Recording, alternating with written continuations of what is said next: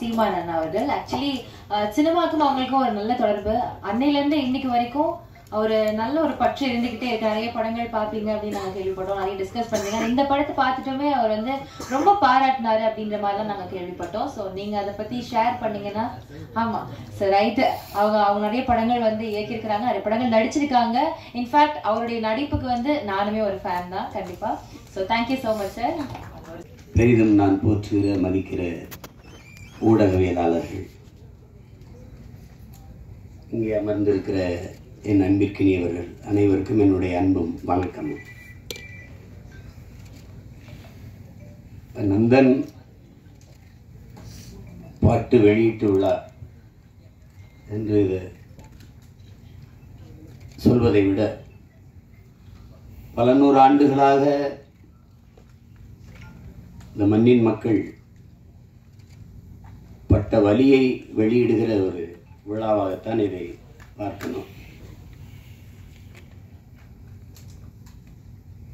பாட்டு திறத்தாலே வையத்தை பாலித்திட வேண்டும் பெரும்பாவளன் பாரதி. பன்னொன்று பாடடி இன்பக் கற்கண்டு பரிமாறு துயர் தீரும் இது நல்ல தொண்டு என்று பாவேந்தன் பாரதிதாசன். பாடும் பணியே பணியாய் அருள் தேடும் என்று சுந்தர அனுபூதி. இசை வடிவாய் நின்ற நாகியே என்று அபிராமிப்பட்டர். இவர்களெல்லாம்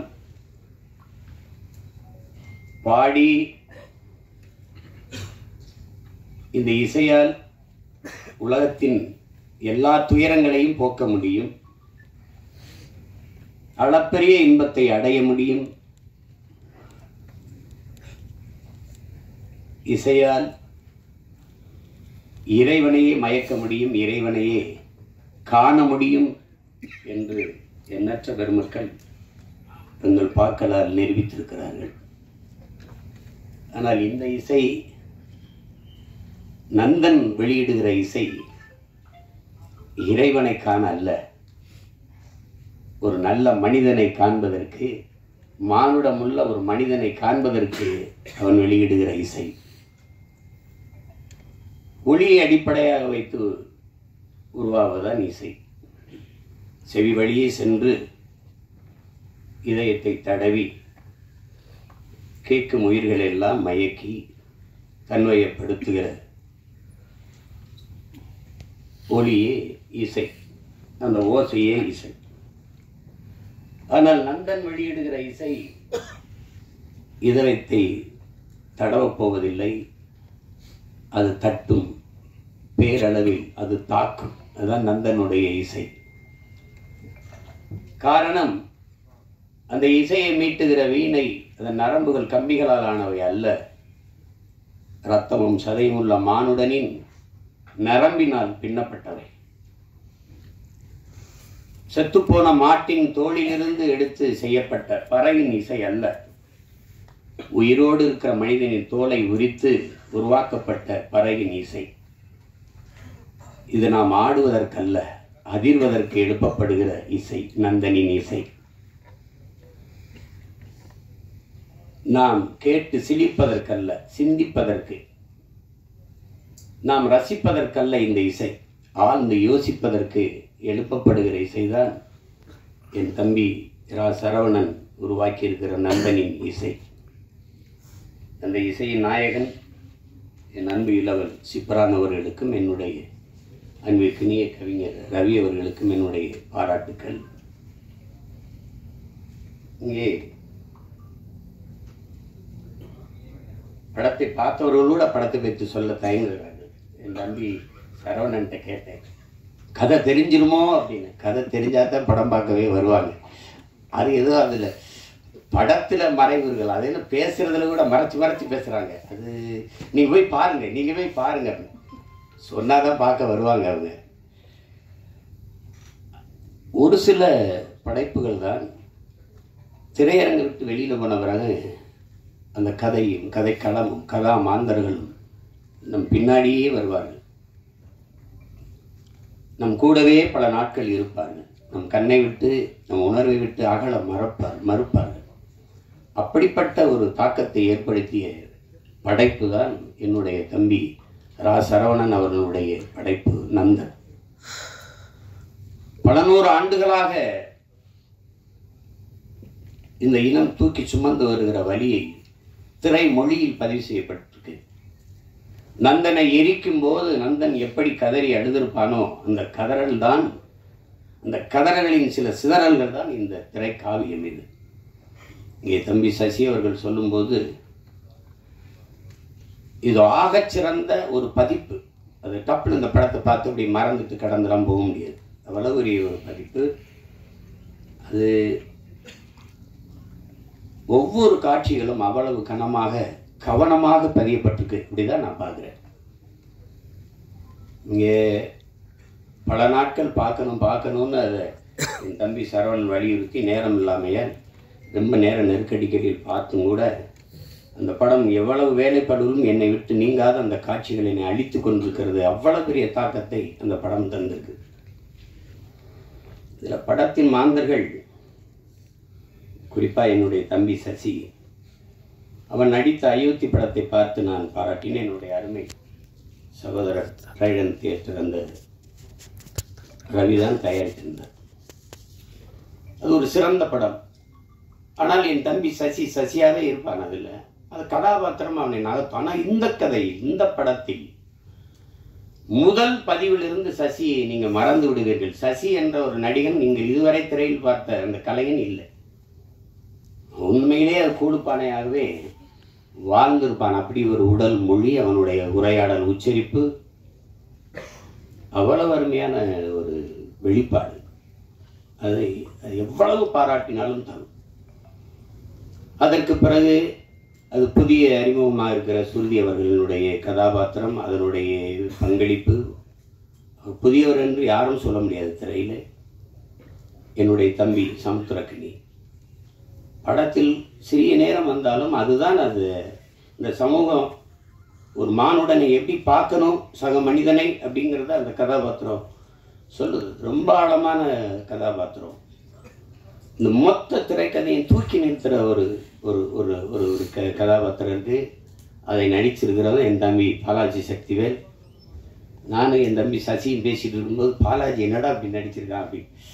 அவன் கதாபாத்திரம் மட்டும் மொத்த படத்தையும் தாங்கி நிற்குது. ஒரே தூணில் ஒரு பெரிய கட்டடத்தை தாங்கி நின்னா அப்படியோ அப்படி நிற்கிது அந்த கதாபாத்திரம். அவ்வளவு சிறப்பாக அது செஞ்சுருக்காங்க. அது சும்மா சொல்ல முடியாது. தம்பி ஜிப்ரான் அவர்களுடைய இசை, தம்பி சமுத்திரக்கனி குறிப்பிட்டது மாதிரி ஒரு அழகான நிறைய பூக்களை வச்சு கோர்க்கிற போது ஒரு நார் தான் அதை தாங்கியிருக்கும். அது மாதிரி நிறைய காட்சிகள் அவருடைய இசையால் அப்படி அது அந்த தாக்கத்தை மிக அருமையாக பின்னணி இசைகள் அவ்வளவு அருமையாக செஞ்சுருக்காரு. அதை ரொம்ப யோசிச்சு தான் முடிவெடுத்துருக்காங்க. ஜிப்ரான் தான் அது. ஏன்னா பின்னணி இசையில் ஒரு படத்தை தூக்கி நிறுத்துகிற ஆற்றல் ரொம்ப அரிதினும் அரிது. அது உலகத்திலே ஆகச்சிறந்த ஒரு இசை மேதை உண்டென்றால் அதற்கு நம்முடைய அப்பா இளையராஜா அவர்கள் தான். இன்னைக்கு அவருக்கு அடுத்து நிறைய இளவல்கள் வந்துட்டாங்க. இந்த மாதிரி அதை திரைக்கதை இசையால் தூக்கி சுமந்து போகிற ஒரு ஆற்றல் மிக்க இளைஞன் தம்பி ஜிப்ரான் அவர்கள். அவருடைய படைப்பு, ஒளிப்பதிவாளர் சரண், கலை இயக்குநர்கள் எல்லாம் சிறப்பாக செய்திருக்கிறார். ஒரு அந்த புதிதாக இருக்கிறாங்க நிலா சுதாகர் அவங்கெல்லாம் அதாவது தொழில்முறை நடிகர்கள் இல்லை. ஊரில் இருக்கிறவங்க ஒருத்தர் கூட ஒரு தவறாக ஒரு எப்படி சொல்றது முகபாவத்தை தந்திருக்க மாட்டாங்க. எல்லாம் உரிய அளவில் பிரமிச்சிருவீங்க நீங்கள். இந்த மாதிரி நேர்த்தியான படங்கள் ரொம்ப நாளாச்சு. நம்முடைய வணக்கத்திற்குரிய ஐயா மகேந்திரன், என்னுடைய அப்பா பால்மேந்திரா, அப்பா பாரதி ராஜா, இவருடைய படங்களில் தான் அவ்வளோ பெரிய நேர்த்தி இருந்தது, அவ்வளோ ஒரு தாக்கம் இருந்தது. ஆனால் சில படங்கள் பொழுதை போக்கும். அது வரியே நம்ம கேளிக்கை வரின்னு தான் விதிக்கிறோம். அது பொழுது போக்கும். ஏதாவது ஒரு அரிதிலும் அரிதான படங்கள் தான் பொழுதை நல்ல பொழுதாக ஆக்கும். இது ஆகச்சிறந்த பொழுதாக அந்த 2 மணி நேரம் 5 நிமிடத்தை சிறந்த பொழுதாக ஆக்குகிற ஒரு திரைக்காவியம் தான் நந்தன். அது என் தம்பி இதுக்கு முன்னாடி கத்துக்குட்டி இந்த உடன்பிறப்புலாம் எடுத்திருந்தாலும் கூட இந்த 3வது பதிப்பு மிக முத்தான பதிப்பு அப்படிதான் நான் பார்க்குறேன். அது திரையரங்கு படம் முடிச்சுட்டு நாங்கள் ரொம்ப அவசரமாக போனாலும் நான் போகவே இல்லை. என்னுடைய மனைவியெல்லாம் அந்த கடைசி காட்சியிலேருந்து திரும்பிக்கிட்டு அழுதுகிட்டு இருந்தாங்க.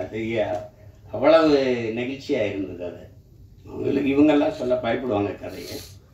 நான் சொல்கிற கதை மிக ஆழமான கதை. தமிழ் நிலத்தில் மட்டும் இல்லை, இந்திய பெருநிலம் முழுமைக்கும் இன்றும் நம்மோடு இருக்கிற சக மனிதர்கள், நம்மை போல எலும்பு நரம்பு ரத்தம் சதை பசி உறக்கம் கனவு கண்ணீர் கொண்ட சக மனிதர்கள் எவ்வளவு தூரம் இந்த மண்ணிலே நசுக்கப்படுகிறார்கள், ஒடுக்கப்படுகிறார்கள், ஒதுக்கப்படுகிறார்கள் என்பதை உணர்த்துகிற ஒரு ஒப்பற்ற திரை காவியம்தான் இந்த நந்தன். நாட்டின் இன்னைக்கு பொருளாதார அடிப்படையில் இடஒதுக்கீடை நாம் பேசுகிறோம், நாம் வரவேற்கிறோம்.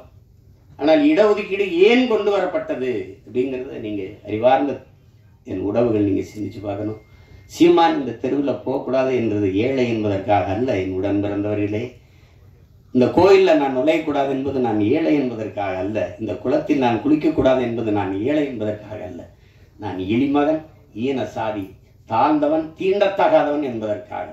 எதன் பொருட்டு இங்கே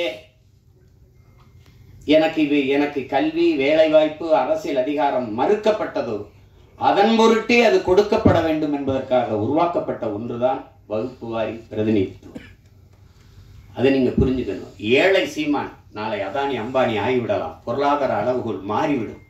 ஆனால் இன்றைக்கு இழிமகன் சீமான் எந்த உயரத்திற்கு போனாலும் என் மீது சுமத்தப்பட்ட சாதிய இழிவு போக மறுக்கிறது. அதற்கு சான்று சீமான் அல்ல, இந்த நாட்டின் முதல் குடிமகன் president of India Ramnath Kovind கோயிலுக்கு வெளியே ஒரு மரத்து நிழல்லே குடும்பத்தோட யாகம் வளர்த்து கும்பிட்டு போனது இன்னும் இருக்கு. வரலாற்று நிகழ்கால நிஜம்.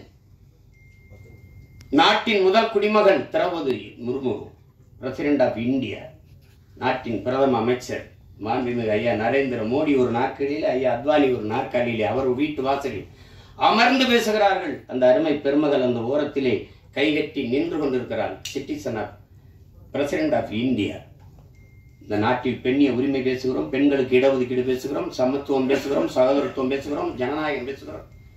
நாட்டின் முதல் குடிமகள், இந்திய நாட்டின் பிரதமர், இந்திய நாட்டின் பிரசிடென்ட் ஆஃப் இந்தியாவுக்கு அந்த நிலைமை என்றால் சாதாரண ஊராட்சி மன்ற பிரசிடென்ட் தலைவருக்கு என்ன நிலைமை இருக்கும் என்று என் அரும் தம்பி தங்கைகள், என் உடன் பிறந்தார்கள் சிந்திச்சு பாருங்க.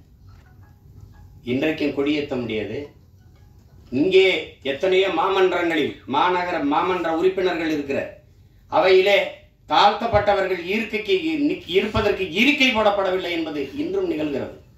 உயர் சாதிக்காரன் சுடுகாட்டு வழியே தாழ்ந்தவன் ஒருவன் இறந்து போனால் அவன் பிணத்தை எடுத்துட்டு போக முடியாது. எங்கோ அல்ல, நாகப்பட்டினத்தில் நிகழ்ந்தது.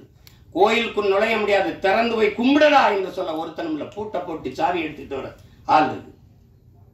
ஏன் சிவனே நந்தனார் சரித்திரத்திலே 63 நாயன்மார்களில் ஒருவன் பறையன். அவன் சிவன் பக்தன், எவனுக்கும் சற்றும் குறைவில்லாத பக்தன் நந்தன். எத்தனை 100 ஆண்டுகளாக அந்த வழி துரத்துகிறது. இன்றும் பல நந்தன்கள், பல ஆயிரம் நந்தன்கள். நந்தன் வெளியிலே 63 நாயன்மார்களில் ஒருவன் சிவன் கோயிலுக்கு வெளியிலே சிவனை வழிபட தவிக்கிறான். எல்லோரும் உள்ளே. நந்தி அங்கே நிற்கிறது, சிவனை வழிபட மறைக்கிறது. நந்தனுக்கு சிவன் தெரியாமல் நந்தி மறைக்கிறது. அதை பார்த்த சிவன் நந்தியை நகர்த்தி வைத்தான் என்பது வரலாறு கதை. அப்போது என்ன கேட்க தோன்றும்? எந்த ஒரு மானுடனுக்கும் ஒரு கேள்வி எழும் இல்லையா? நந்தியை நகர்த்தி வைத்த சிவன் நந்தா உள்ளவாடா என்று ஏன் கூப்பிடல? இந்த கேள்வி எழுமா எழாத? அப்ப இறைவனுக்கும் தீண்டாமை இருந்ததா? நீனும் சாதிய பாகுபாடு பார்த்தாயா? பாருங்க, இந்த கேள்விதான் படம், நந்தன் படம். சாதிய இழிவை துடைத்தெறிய போராடாமல் இருப்பதை விட செத்து ஒழிவதே மேலானது அண்ணல் அம்பேத்கர். இந்த வார்த்தையில வலி இருக்குதா? அது உணர முடியுதா? என்னைக்காவது என் உடன் பிறந்தவர்களை நீங்கள் இருந்து சாப்பிட்டு எழுந்த இடத்தை தண்ணீர் விட்டு கழுவியதை நீங்கள் பார்த்ததுண்டா? இந்த தெருவில் நீ நடக்கக்கூடாது, இந்த கோயிலுக்கு வரக்கூடாது என்று சொன்னதை நீங்கள் கேட்டதுண்டா? தோல் மேலே கையை போட்டு நீங்கள் என்ன சாதி என்று தெரிந்து கொள்வதற்கு நீங்கள் என்ன ஆளுக என்று கேட்டதை நீங்க இன்னைக்காவது அந்த வழியை உணர்ந்து இருக்கிறீர்களா? உங்களை அழைத்து கொண்டு போய் உங்கள் அப்பா பேர் என்ன, உங்க ஊர் என்ன, உங்க அப்பா என்ன வேலை பார்க்கிறார், எந்த தெருவில் வாழ்கிறீர்கள், எதற்கு, நீ என்ன சாதி என்று கண்டறிவதற்கு. இந்த வழியெல்லாம் நீங்கள் அனுபவித்தது உண்டா? இந்த குளத்தில் நீ குளிக்கக்கூடாது என்று சொல்லதுண்டா? தண்ணீரை வாய் வைத்து குடிக்கக்கூடாது, அண்ணாக்கத்தான். அது சுகாதாரம். இன்னைக்கு அண்ணாக்க எல்லாரும் குடிக்கிறாது வேறு. இரட்டை குவளை முறை அதெல்லாம் பார்த்தது உண்டா நீங்க? ஒவ்வொரு சாதிக்கும் ஒரு முடிவெடுத்துகிறவர்கள் உண்டு, பார்த்துருந்தவா? சலவை தொழிலாளி இந்த சாதிக்கு விழுக்கிறவர் தனி. இந்த குளத்தில் தான் குளிக்கணும், மாறி குளிச்சனா குளம் விழும். இதெல்லாம் எங்க இருக்குன்னு நினைக்காது. இன்னும் இங்க இருக்கு, இன்னும் இருக்கு.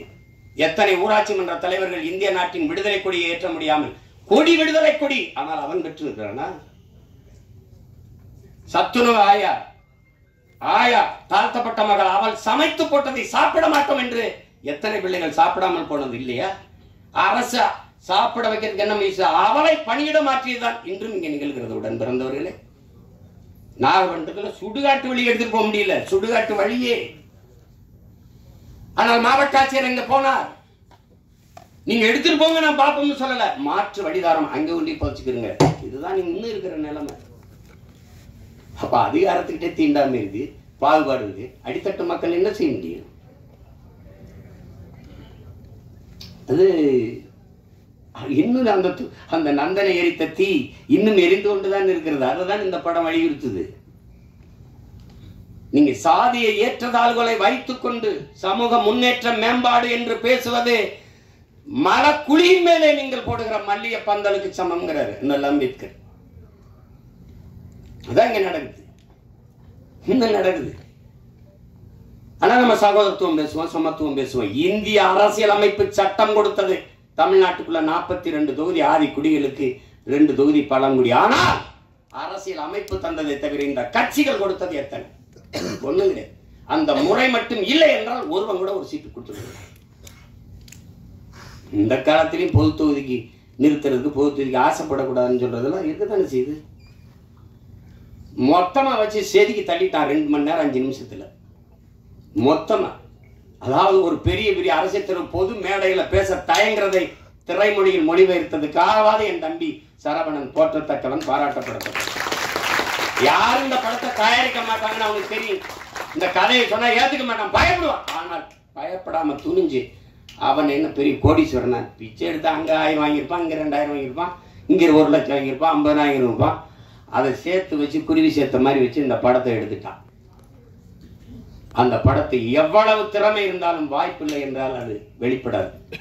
ஆனால் இவ்வளவு ஒரு அற்புத திரைப்படத்தை கொண்டு போய் சேர்க்கிறேன்னு துணிந்து வந்த இந்த மகன் ரவி, ட்ரேடர் ஆர்ட்ஸ் ரவி, எவ்வளவு நாளும் பாராட்டு. நெருக்கடியான நேரம் தான். நட்புக்காக என் தம்பி சமுத்திரக்கனி எல்லாம் அவன் 3 நாள் தேதி வாங்கினா, ஆனா ஒரே நாள்ல நடிக்க வச்சு மொத்த காட்சி எடுத்துட்டு அனுப்பியிருக்கான். இப்ப நான் நேற்று ராத்திரி இரவுல இறங்கி இப்ப போகணும், திருப்பி உடனே போய் இரவுல எனக்கு மதுரையில பொதுக்கூட்டம், திருப்பி போனாலும் என் தம்பிகள் மேல நான் வச்சிருக்க பேரன்பு. ஒரு தம்பி படம் எடுத்தாலே வருவேன், எல்லா தம்பியும் சேர்ந்து எடுத்துருக்கான். படத்தை சொதப்பி வச்சா போடான்னு திட்டிட்டு போவேன். நல்லா வேற எடுத்திருக்கான், ரொம்ப நல்லா வேற எடுத்திருக்கான். அவன் கூட்டி வரல சரவணன், படம் என்னை அழைத்து வந்திருக்கு, நீ பேசு, படத்தை பற்றி பேசு. எல்லாரும் அற்புத பங்களிப்பு. ஒழிப்பதெல்லாம் சின்ன சின்ன பசங்களா இருக்கிறாங்க. திறம்பட்ட ஆளுமை எல்லாருமே வெளிப்படுத்திருக்காங்க. அதுல குறிப்பா நான் பொறாமைப்பட்டது ஒன்று இருக்கு. என் தம்பி சமுத்திரக்கனி கதாபாத்திரம், அந்த காட்சி அவன் நடிச்ச அந்த ஒரு நாளைக்கு எனக்கு கொடுத்துட கூடாதாடா அப்படின்னு சரவண திட்டின. சசிகிட்டு கூட சொல்லிட்டேன், அந்த கதாபாத்திரத்தை என்ன நடிக்க வச்சிருக்கலாம்லடா. ஏன்னா நான் தான் அவன், என்னுடைய கதாபாத்திரம் தான் கனி நடிச்சிருக்கான், அருமையா நடிச்சிருக்கான். அவன் அப்பப்ப அப்படி எங்கேயாவது அவன் போறான். அப்ப நான் எனக்கு ரொம்ப பொழுதுன்னா விஜய் சூப்பர் தான் பார்ப்பேன். என் மகன்கிட்ட வீட்டு திரை போடலாம்னா, அப்ப தெலுங்கு டப்பிங் படத்துக்குலாம் எதுக்குப்பா வீட்டு திரைன்னு கேட்கிறான். அந்த மாதிரி பார்ப்பேன். அதுல எந்த படம் பார்த்தாலும் என் தம்பி இருக்கான். மகேஷ் பாபுட நடிக்கிறான், ரவி தேஜாவோட சண்டைய போடுறான், அங்க பாக்குற எல்லாரோட இருக்கான். நான் சொன்னேன், சசியா எப்போ எந்த படத்துலயும் இருக்கான். அவங்க கேமரா இல்லாம கூட போவாங்க. பிறகு தம்பி கனி இல்லாம படத்துக்கு போக மாட்டாங்க. அந்த நேரத்திலையும் பார்த்தா இப்ப சொல்லிட்டு இருப்பான், காலையில 6 மணிக்கு தூங்காம குளிச்சுட்டு வந்துருக்கான். அண்ணன் தூங்கிடுவா கொஞ்ச நேரம் இருக்காங்கிறான். இப்ப திருப்பி அவன் தேனிக்கு போகணும், நான் மதுரைக்கு போகணும். அத்தனை ஓட்டங்களுக்கு இடையில ஒரு கொஞ்ச நேரம் நில்லுங்கடான்னு இந்த படம் நிறுத்தி வச்சிருக்குன்னா அது காரணம் அந்த படத்துக்கு தாக்கம் தான். நான் சும்மா சொல்ல, நல்லா இருக்குன்னா நல்லா இருக்கு, நல்லா இல்லைன்னா அப்புறம் போயிட்டு பேசிட்டா, என் தம்பி பொண்ணு பார்க்க போன கதை தான் சொல்லுவாங்கல்ல, நான் போயிட்டு வரட்டா அப்படின்னு. நீங்க இது எவ்வளவு காலத்துல இருந்து இருக்குது பாருங்க. இன்னைக்கு நேற்று நம்மளை தொடரல. பிறப்பு ஒக்கும் எல்லா உயிருக்கும் என்று பாட வேண்டிய தேவை ஏன் வள்ளுவ பெருமகனாருக்கு வந்தது? பகுத்துண்டு பல் உயிர்கள் ஓம்புக என்று ஏன் சொல்ல வேண்டிய அவசியம் வந்தது? சாதி இரண்டொழிய வேரிலை சாற்றுங்கால் நீதி வழிவா நெறிமுறையில் மேதினியில் இட்டோர் பெரியார் இடாதா ஈழிகுலத்தோர் பட்டாங்கில் உள்ளபடி என்று பாட வேண்டிய அவை பெருமாட்டிக்கு ஏன் வந்தது? பறச்சியாவதேதடா பணத்தியாதேவதா இறைச்சி தோல் எலும்பிலே இலக்கமிட்டு இருக்குதோ என்று பாட வேண்டிய சித்தர் சிவாக்கிற்கு ஏன் வந்தது? எதுக்கு வருது? யார் மேல கீழினாலும் ரத்தம் ஒண்ணுதான். ஆக மொத்தம் நீ நானும் 10 மாதம் தான். தாத்தா பட்டுக்கோட்டைக்கு ஏன் வந்தது? சாதிகள் இல்லையடி பாப்பா கூட தாழ்ச்சி உயர்ச்சி சொல்லல் பாவம் நீதி உயர்ந்த மதிகல்வி அன்பு நிறைய உடையோர் மேலங்கிறான். யாரு? பாரதி. என்ன எல்லாம் கேட்பான், பாட்டன் பாரதிங்கிற. அப்படி சீமானுக்கு எப்படி பாரதி பாட்டன் ஆயிட்டா அப்படின்னு. இப்போ வெறிவர் மேலே பெரியாரது எல்லாருக்கும் தந்தையா இருக்கும்போது பாரதி எனக்கு பாட்டனா இருக்குல்ல, என்ன உங்களுக்கு பிரச்சனை? என்ன பிரச்சனை? சோனியா காந்தி அன்னையா இருக்கும்போது பாரதி எனக்கு பாட்டனாவும் ஊவேசா எனக்கு தாத்தாவும் இருக்குல்ல, என்ன பிரச்சனை? சாதிகள் இல்லையடி பாப்பா என்று பாடியவனை பாப்பான் என்று சொல்லி கொடுத்தவனே இறங்க. எப்படி இருக்கு? ஆழ்ந்து போங்க, வலிக்கும், இறங்குங்க. நான் இப்படித்தான் என் வீட்டு வாலி விழுந்துச்சுன்னு தான் கிணத்துக்குள்ள குதிச்சேன். மூழ்கி போகும்போது என் பரம்பரையே உள்ள கிடக்குன்னு தெரிஞ்சு முதல்ல என் வாலி எடுக்கத்தான் இறங்கினேன் நான் கிணத்துக்குள்ள. உலக பாருங்க, இருட்டறையில் உள்ளதா உலகம் சாதி இருக்கின்றதென்பானன் இருக்கின்றான் என்றான் புரட்சி பாவலன். பாருங்க, தமிழுக்கு அமுது என்று பேர் அந்த தமிழ் இன்பத்தமிழ் எங்கள் உயிருக்கு நேர்ந்து பாடிய பாரதிதாசன் புரட்சி பாவலன். தமிழ் வளர்த்தல் ஒன்று, சாதி ஒழித்தல் மற்றொன்று என்று பாடல. சாதி ஒழித்தல் ஒன்று, நல்ல தமிழ் வளர்த்தல் மற்றொன்று. நான் முதல்ல ஒழிக்கணும்டா சாதி. என்ன கடவுள் வெறி சமய வெறி கண்ணன் நிகர் தமிழுக்கு நோய் நோய் நோயே இடை வந்த சாதி எனும் இடர் ஒழிந்தால் ஆள்வது நம் தாய் தாய் தாயேன்னா அதை ஒழிக்கணும்டா அப்படின்னா. அப்புறம் எங்கிட்ட சகோதரத்துவம் சமத்துவம் ஜனநாயகம் ஏன் பேசுற? ஏன் பேசுற? மக்கள் அப்படி இருக்கான இல்ல. அயோத்தியில ஒரு பொது தொகுதியில் அகிலேஷ் யாதவ் ஒரு தாழ்த்தப்பட்ட தமிழ் ஒரு மகனை நிறுத்தி பொது தொகுதியில் வென்றான். மக்கள் சரியாக இருக்கான். 21 தேர்தலில் 16 இடங்கள் பொது தொகுதியை கொடுத்த ஆதி தமிழ் குடிகளுக்கு. எல்லாரும் சொந்தங்களே உங்கள்கிட்ட சொல்றேன், நீங்க வேணா எடுத்து புள்ளி வரங்களை பாருங்க. நான் பொது தொகுதியில் ஆதி தமிழ் பிள்ளைகளை நிறுத்திய இடத்தில் தான் எனக்கு வாக்கு அதிகம். நீங்க எடுத்து பாருங்க புள்ளி விவரங்களை. அப்ப மக்கள் சரியா இருக்காங்க, நீ சரியா இல்ல. எல்லா வலியும் மொத்தமா ஒரு படம் பேசுதுன்னா அது நந்தன் பேசுது. அந்த படத்துக்கு பேர் பொருத்தம் அப்படி இருக்கு. நந்தனார் சரித்திரம் நீங்க அது பார்த்துருக்க முடியும். இப்ப அப்பெல்லாம் நாடகமா கூட வந்துச்சு, இப்ப இல்ல. அதுதான் அந்த நந்தனை எரித்த தீயில் ஒரு ஒரு கொஞ்சம் எடுத்துட்டு வந்துதான் எரிய விட்டுருக்கான் என் தம்பி. அந்த நந்தன்ல கையிலே வச்சிருக்கான் பாருங்க. கல்வி அறிவற்ற சமூகம் படிக்க பள்ளிக்கூடம் கல்வி என்ன சொல்றது? கல்வி வரவே மறுத்த சமூகம் நாங்க. SC ST schedule tribes SC Paraiyar Devendrar எல்லாருக்கும் இடஒதுக்கீடு இருக்கு. 18 விழுக்காடு. முதல்ல எஸ்டிக்கு கம்யூனிட்டி சர்டிபிகேட் இருக்கா? சாதி சான்றிதழ் இருக்கா? ஆதி தமிழ் குடி குறவருக்கு இருளருக்கு சாதி சான்றிதழ் இருக்கா? இல்ல.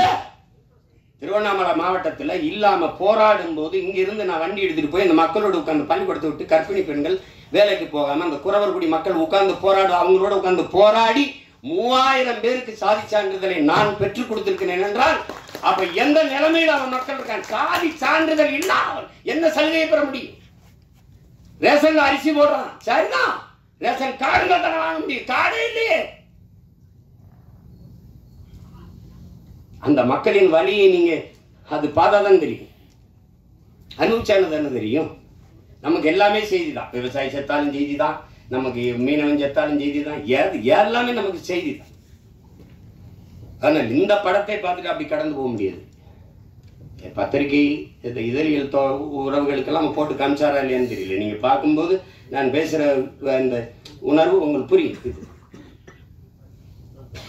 அது அவ்வளவு சிறந்த ஒரு படைப்பு. அதுக்கு எடுக்கிறதுக்கு ஒரு அசாத்திய துணிவு வேணும். கதைக்களத்தை முதல்ல உள்வாங்கணும். அந்த கதாபாத்திரங்களை அதை அந்த திரைக்கதை வந்து அவ்வளவு செறிவா அவர் அந்த வழியை ஏற்படுத்துற அளவுக்கு செதுக்கிட்டார். ரொம்ப அசாத்தியமான ஒரு படைப்பு. சமீப காலத்துல வந்து ஒரு நீங்க தெருவில் நடந்துக்கிட்டே போகும்போது ஒரு அழகான ஒரு இடத்த பார்த்தா நின்று கொஞ்ச நேரம் பார்ப்பீங்கல்ல, அப்படி எத்தனையோ படம் பார்த்து நீங்க கடந்து போனாலும் நந்தன் படத்தை கொஞ்ச நேரம் நின்று அப்படி பார்ப்பீங்க. அப்படி ஒரு தாக்கத்தை ஏற்படுத்தக்கூடிய படம். இங்க நம்ம இன்னைக்கு இல்லை, எத்தனை பேர் எத்தனை முன்னோர்கள் நம்ம முன்னோர்கள் பாடியிருக்காங்க சாதிய இழிவு தீண்டாமை கொடுமைக்கு. சாத்தா முத்துராமலிங்கத்தவர் அவர்கள் இன்னைக்கு இல்லை, அந்த சாதியவாதியாக தான் இந்த சமூகம் பார்க்குது, போட்டு அப்படி கட்டமைக்குது. சாதிய எண்ணம் கொண்டவன் அரசியலுக்கு வந்தால் நாடு நாசமாகி முடியும் பேசுனது அவர் தான். சாதிய சிந்தனை கொண்டவன் இறைவனையே வழிபட அருகதையற்றவன் அவர் தான்.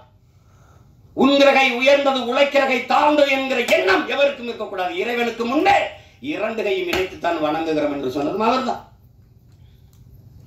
பிறப்பில் இல்லை தாழ்ந்தவன் உயர்ந்தவன். அவன் பெற்றிருக்கிற கல்வி அறிவு, அவனுடைய தனி மனித ஒழுக்கம், செயல்பாடுகள், இதை வைத்துத்தான் ஒருவன் உயர்ந்தவன் தாழ்ந்தவன் என்று தன்னெல்லாம் அம்பேத்கர் சொல்றார். நான் குடிக்க மாட்டேன், மதம் இருந்த மாட்டேன், மனைவி தவிர வேற ஒரு பெண்ணை நினைக்க மாட்டேன், ஊழல் வர மாட்டேன், லஞ்சம் பெற மாட்டேன். இந்த சமூகம் ஒழுக்கத்திற்கு என்னென்ன வரையறை வைத்திருக்கிறதோ அதையெல்லாம் கடைபிடித்து வாழ்கிற நான் இழிமகன், தாழ்ந்த சாதி. இந்த சமூகம் எதையெல்லாம் தவறு என்று போய்த்திருக்கிறதோ, ஒழுக்கக்கேடு என்று போய்த்திருக்கிறதோ அதையெல்லாம் செய்கிற ஒருவன் உயர்ந்த சாதி என்று பிறந்ததுனாலேயே அவன் உயர்ந்தவன் என்று சொல்றான். இது எப்படி ஏற்கிறது? நீங்களே சொல்றது எப்படி ஏற்கிறது? எப்படி ஏற்கிறது? எங்க அண்ணன் கமலஹாசன் என்கிட்ட பேசினதற்கு தனிப்பட்ட முறையில் நான் குளிக்காம ரெக்கார்டிங் தேட்டர் போவேன் தம்பி, நான் கறி சாப்பிடுவேன், நான் அசைவ உணவு சாப்பிடுவேன், சாமி கும்பிட மாட்டேன். பாருங்க, இது எங்க அண்ணன் கமலஹாசன் எது சொல்ல வர்றாரு. ஆனா இதுல எதையுமே செய்ய மாட்டார். ஐயா இளையராஜா சாமி கும்பிடுவாரு, கவிச்சு சாப்பிட மாட்டாரு, குளிச்சுட்டு தான் வருவாரு, எல்லாம் பண்ணுவாரு. அவர் பறையன், நான் ஐயன்.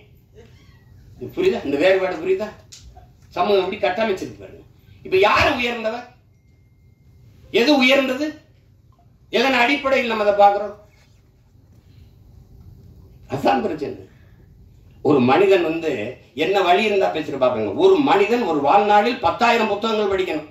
இது சீன பழமொழி. ஐயா இறையன் எழுதின 10,000 மைல் பயணத்துல முதல்ல எழுதியிருப்பார். 10,000 புத்தகங்கள் படிச்சிருக்கணும், 10,000 கிலோமீட்டர் பயணம் செஞ்சிருக்கணும். இது ஒரு மனிதனுடைய வாழ்நாள்ல. அது சீன பொன்மொழி. அதை எடுத்திருப்பார். 10,000 மைல் பயணம் புத்தகத்தை படிச்சீங்கன்னா முதல்ல இதை எழுதியிருப்பார். ஆனால் 64,000 புத்தகங்களை படித்த ஒருவன் இருக்கான் உலகத்துல. தனி மனிதன் நூலகம் தெற்காசிய கண்டத்திலேயே பெரிய நூலகமாக இருந்தது ஒருத்தனுடையதுதான். அவன் ஜமீனும் இல்லை, திவானும் இல்லை, அவன் அமைச்சர் பெரிய கோடீஸ்வரனும் இல்லை. அப்படி புத்தகங்களா வாங்கி சேர்க்க. அவன் நகையை வாங்கி சேர்த்தான், காரை வாங்கி சேர்த்தான், சொத்தை வாங்கி சேர்த்தான். ஒருத்தன் புத்தகத்தமா சேர்த்திருக்கான். படுக்கிற இடம் கூட தான் படிக்கிற இடத்துக்கு பக்கத்தில் இருக்கணும். நூலகத்துக்கு அருகிலேயே அறை எடுத்து தங்கியவன். உலகத்தின் தலை சிறந்த கல்வியாளன் சிலையை திறக்கப் போகிறோம் என்று ஆஸ்திரேலிய பிரதமர் போய் சிலையை திறக்கிறார். ஒரு சிவப்பு பட்டு துணியிலே போர்த்தி இருக்கிறது. திறக்கிற மார்பளவு சிலை திறந்தால் அறிவாசன் அண்ணல் அம்பேத்கருடைய சிலையின் அருமை பெருமக்களே, அந்த பேரறிஞன் சொல்லுகிறான், அவன் பட்ட வழியில் இருந்து அவன் மொழி வருகிறது. ஆடு குளித்து செல்கிறது இந்த குளத்திலே, மாடு குளித்து செல்கிறது சக மனிதன். நான் குளித்து வெளியேறக்கூடாதா? அந்த வழியை நீங்க புரிஞ்சுக்கிட்டீங்கன்னா இந்த படம் உங்களுக்கு ரொம்ப பிடிக்கும். இந்த வழியின் மொழிதான் நந்தன்கிற திரைக்காவியம். வழி இருந்தால் படத்தோட பொருந்திடுவியே, அது உங்களை பாதிக்கும். இல்லை என்றால் இந்த படம் போதிக்கும்.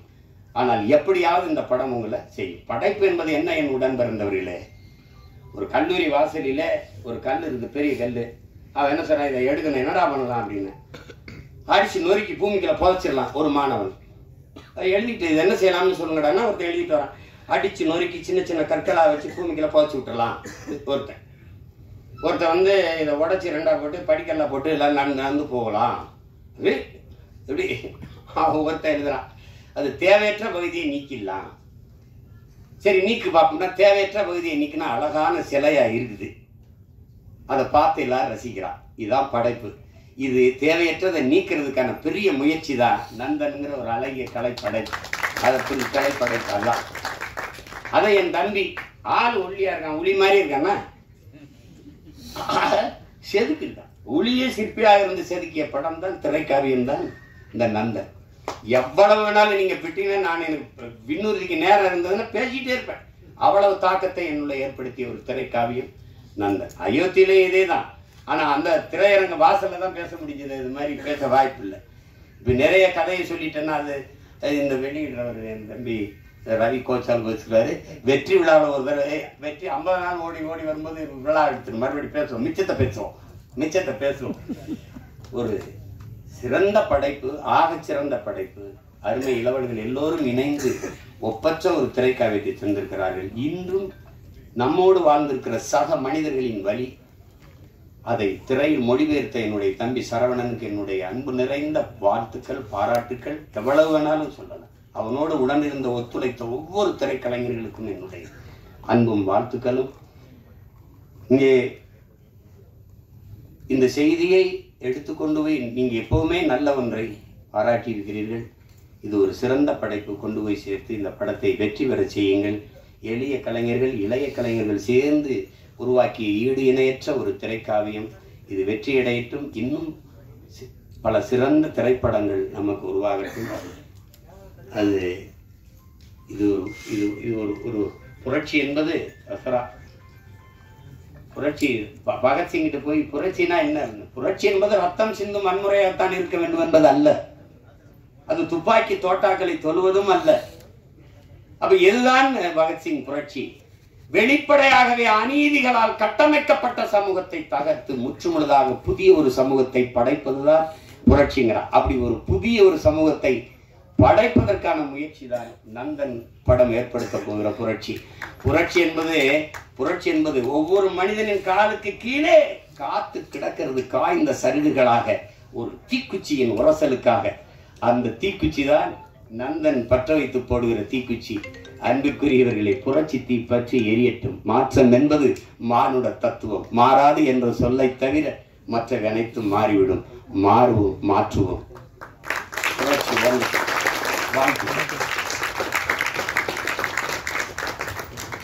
Thank you so much sir. எல்லாரும் அப்படி எழுந்து நிற்கலாம் ஒரு குரூப் பிக்சருக்காக.